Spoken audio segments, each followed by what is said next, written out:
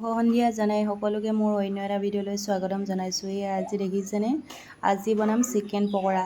চাই থাককচোন, চিম্পুলকৈ কেনেকৈ চিকেন পকৰা বনাওঁ, ভিডিঅ'টো শেষলৈকে চাই থাকিব। প্ৰথমতে মই চিকেন কেইডোখৰত হালধি, নিমখ আৰু মছলা সানি ল'ম। এয়া হালধি দি দিলোঁ, নিমখো লৈ ল'লোঁ,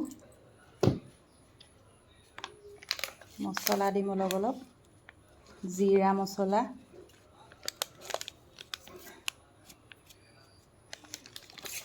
ৰেড চিলি অলপ দিওঁ,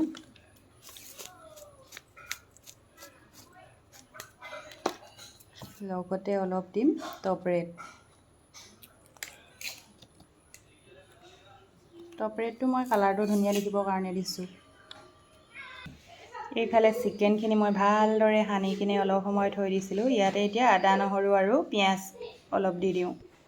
এয়া আদা নহৰুৰ লগতে পিঁয়াজ এটাও দি লৈছোঁ। এতিয়া ভালকৈ সানি লওঁ এইখিনি।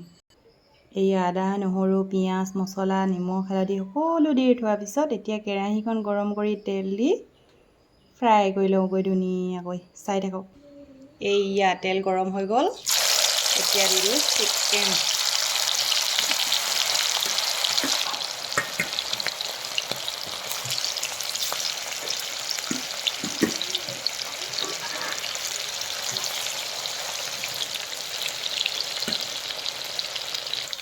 এইফালে চিকেন ৰেডি হৈছেগৈ আৰু দেই। এইয়া মোৰ ফাইনেলি চিকেন পকৰা হৈ গ'ল ৰেডি। খাই চাবচোন এবাৰ। ভিডিঅ'টো চাই ভাল পালে লাইক কমেণ্ট কৰিব। Bye bye.